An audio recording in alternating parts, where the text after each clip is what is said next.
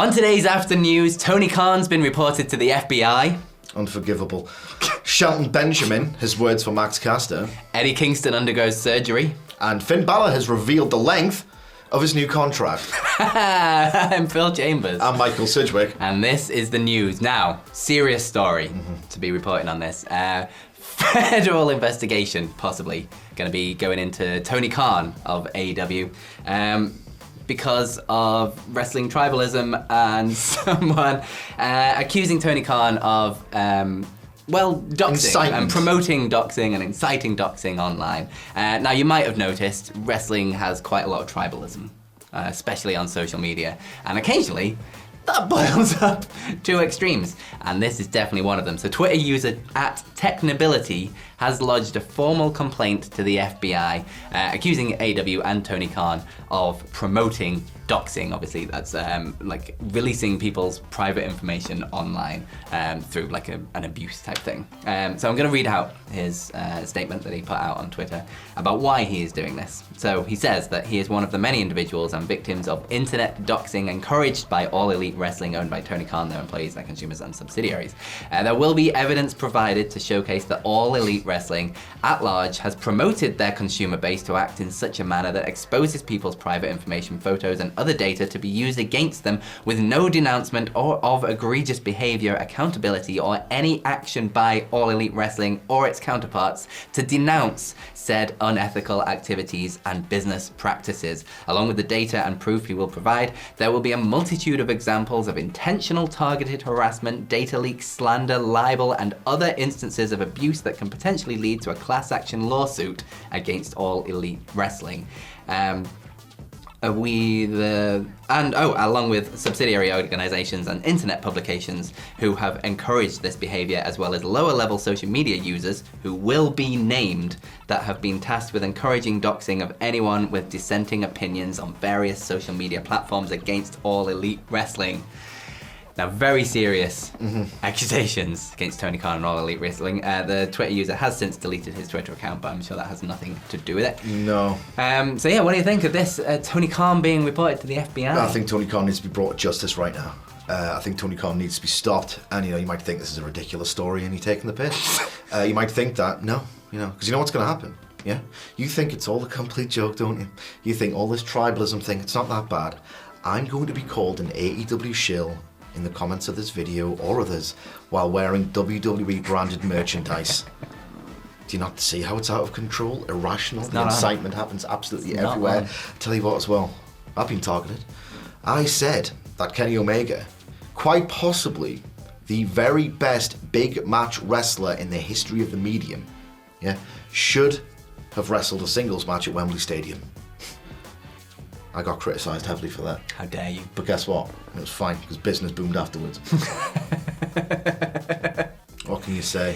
You should probably join the class action lawsuit. Yeah, I mean, he needs to be stopped. He needs to be stopped at all costs, and this is an absolutely disgusting story in its sight. I just hope we've portrayed it sensitively. Max Caster said about Shelton Benjamin in the not too distant past, "We don't want you."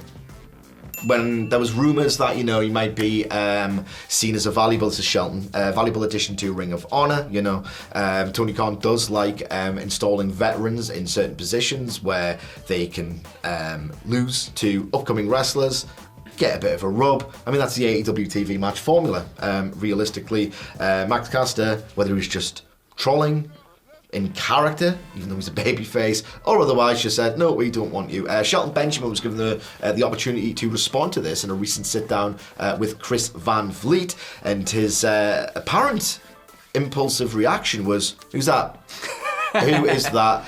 He went on to basically say, look, I'm not saying I can take the spot of Roman Reigns or I can take the spot of Swerve Strickland, but if you're worried about your spot, that seems like a you problem more than me. All I want to do, this is Shelton, I'm paraphrasing, at this stage of my career is to help the younger guys. What a weird thing to do, to say, like completely unprompted and unsolicited. Look, it's part of Max Caster's persona / charm, if you are shtick. It's his bit, he likes to be an irritant, he likes to be a bit trollish. you could make the argument that the Acclaimed, we probably still shift loads of merchandise, are a little bit cooler than they once were. Maybe it's this sort of thing, but then you never know, because how much of this is a bubble, really? I don't know. Ultimately, Shelton couldn't have been classier, which for me personally, this is just me subjectively, it's a shame. Talk some trash, Bar. Come on, I need some gossip. We all live for this. Let's stop pretending that we don't live for these petty, stupid dramas. I mean, you're watching this video. Come on, Shelton, man. Stop being such like a neat, like reasonable guy. Just be a prick. Come on, talk some trash. Why not? I did like the way he worded it was like, I can't take your spot, but you can lose yours. And that's a you problem. Yeah. Not exactly shooting on him or anything, but like, come on, you could be a bit more exciting with it. But I really like Shelton Benjamin. We've met him a few times. And that's the thing. He's too good of a guy, really. And he does just seem like a really nice guy. Come on, I think he's got a really interesting perspective on sort of wrestling and where his career is at as well. We did an interview with him with Simon Milliot, which you should check out on the channel. We did it at WrestleMania this year, and he was talking about how people are like, oh, I'm really sorry, like Shelton Benjamin never got the run he should have had in WWE, and he's like, don't poor Shelton me. I got paid hundreds of thousands of dollars to do something that I loved all over the world. Like, this is not bad for me.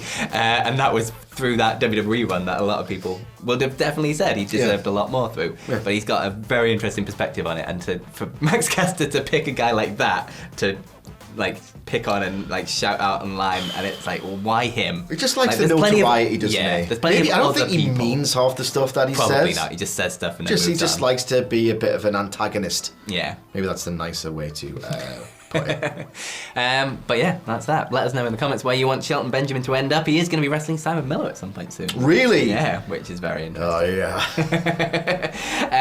Okay, moving over. Well, staying with AEW. Eddie Kingston, obviously out on injury, but he has had his surgery. He posted a picture on Twitter with the caption, well, it's done, so what's up?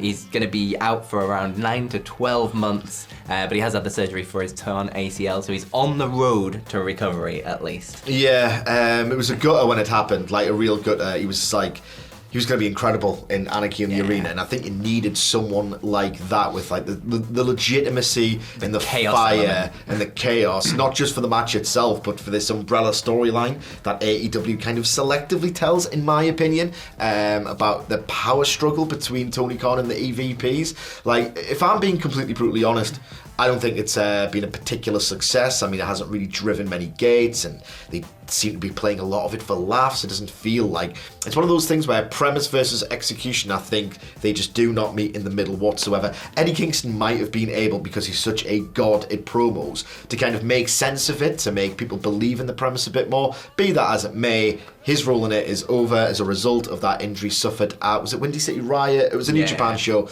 in the States. Ultimately, it's going to be a long, grueling road to recovery. An ACL injury is absolutely no joke. You see it in football all the time, and a lot of the players don't come back in the same way. It's a really, really serious one, so all the best to him in his recovery. But the good news is the fact that he's already had the surgery means we are inching ever closer, baby step, towards seeing one of the best TV wrestlers in the game right now making his return. Yeah, absolutely. He's one of those guys that can instantly make absolutely anything feel incredibly real just by saying like 5 words on the microphone or something, or just by giving a look or something. He's an incredible talent, and he will definitely be missed on AEW TV. He brings an element that I don't think anyone else in the business has right now, of that kind of realism. He feels like a time traveler almost. Yeah. Like he's got that believability. There's a lot of polish in pro wrestling, for better and for worse, and he doesn't have it, and that is a great thing. That makes him stand out so much. Absolutely. Lastly, on the after news video today, Finn Balor has revealed the length, and it's 5, and I'm thinking, he's selling himself short there. No, it isn't. He's signed a 5-year extension with WWE. I could absolutely see this coming. He's so well regarded within that company.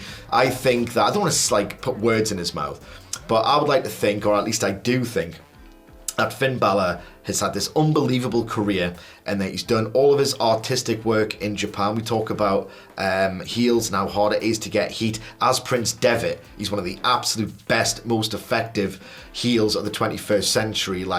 He had this ability to conjure a real earnest heat in those early days of Bullet Club that a lot of wrestling is missing, and he's obviously had some incredible matches in that junior heavyweight division. So he's had his artistic legacy in New Japan. Then he's moved to WWE to make his money and get his retirement fund. I'm not saying there hasn't been some great stuff there. And now he's in for 5 more years of this version of Finn Balor. And the good news is that he's really entertaining on WWE TV. He's always like a funny guy. I love his cackling dickhead, got your expression. Yeah, stupid face. He's so good at being this sort of like stooging heel nowadays.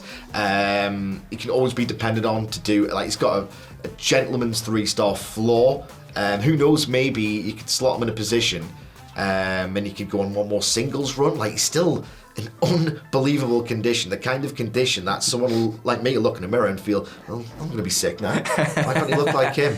Seems like one of the good ones. Never develop a parasocial relationship with a professional wrestler ever. You do not know these people. I don't know these people. There's a few that you think, you're probably really cool, and he's got that vibe, so good luck to him. Yeah, absolutely. In terms of like what everyone else says about him as well, who do know him, like he always is held in high regard, but he just feels like he's like fulfilled at the minute and just comfortable in his role and what he is and what that character is, and he just seems like he's having a great time. Like every time you see him on TV, it feels like he's just having the time of his life, and it's like you say, with the sort of doing your art wrestling in New Japan and having that run and that career, like, and people will remember it like as it'll age very, very well. Like, he's been going for a really long time, much longer than you think. It's kind of akin to the sort of Shinsuke Nakamura kind of thing, where he's like, he's done that and now he's having a great time surfing in WWE. Now, like surfing in the Judgment Day and he's like that, but I don't doubt that at any time, if they needed someone to fill a slot or move up the card or do a sort of 6-month like top of the card run, you could 100% rely on Finn Balor. He was like very close with the Universal Championship, and then it was taken away through injury and stuff, and it was really unfortunate. It never quite got to that level again. But in terms of where he is now, he feels much more comfortable on WWE TV now than he ever did back then. I remember that eerie fixed smile that he was forced away. I'm so glad those days are over. And another thing quickly on Finn Balor is I think it's quite it's not just, he's around, he's well liked. I think it's quite an astute guess to sort of tie Finn Balor deeper into the future, because what you can do is you can establish that loyalty with a Finn Balor. He's one of the cleverest, sharpest wrestling minds if you look at the way he marketed himself, if you look at when he made the move, when he did it, just his creativity, the way he could draw heat, his character work. I mean, he should have sold way more action figures than he did, but that was part of the creative regime at the time why he didn't. Someone that clever, you want to keep on tap just in case he wants to transition into a creative role or a coaching role or an agent role. So if I'm WWE, I'm throwing money at Finn Balor, not necessarily just for what you can do in the ring these days. Absolutely, but let us know in the comments down below what you think of Finn Balor and his 5-year run in WWE and what you want to see him do in those 5 years. And also click this video to continue on your YouTube journey and have yourselves a bloody good day. Bye.